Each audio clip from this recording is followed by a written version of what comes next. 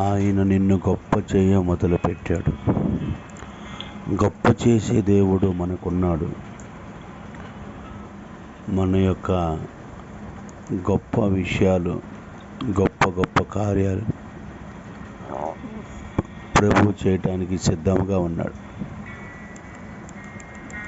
నువ్వు జీవము కలిగిన దేవుణ్ణి నమ్ముకొని ఆయన అడిగితే, ప్రభా నా స్థితి ఇది, నా పరిస్థితి ఇది, నేను కృంగిపోయి ఉన్నాను, నలిగిపోయి ఉన్నాను, భయంకరమైన ఆర్థిక పరిస్థితుల మధ్యలో ఉన్నాను, నన్ను విడిపించు ప్రభా, నన్ను నీవు గొప్ప చేయి ప్రభా, నా దీన స్థితిని కటాక్షించాయని దేవుడిని అడగగలిగితే ఆయన నిన్ను గొప్ప చేయటకు తీర్మానం తీసుకున్న దేవుడు.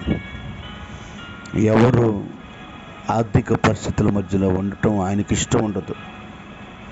నీ బిడ్డల్ని గొప్ప చేస్తాడు, నీ కుటుంబాన్ని గొప్ప చేస్తాడు, నిన్ను గొప్ప చేస్తాడు. నిన్నెవరైతే దేనికి పనికిరావన్నారో వారి ముందే దేవుడు నిన్ను లేవనెత్తగలిగే దేవుడు, నీ కన్నీళ్లను తొడవగలిగే దేవుడు, గొప్ప గొప్ప కార్యాలు చేసిన దేవుడు నీ కుటుంబంలో కూడా గొప్ప కార్యం చేస్తాడు.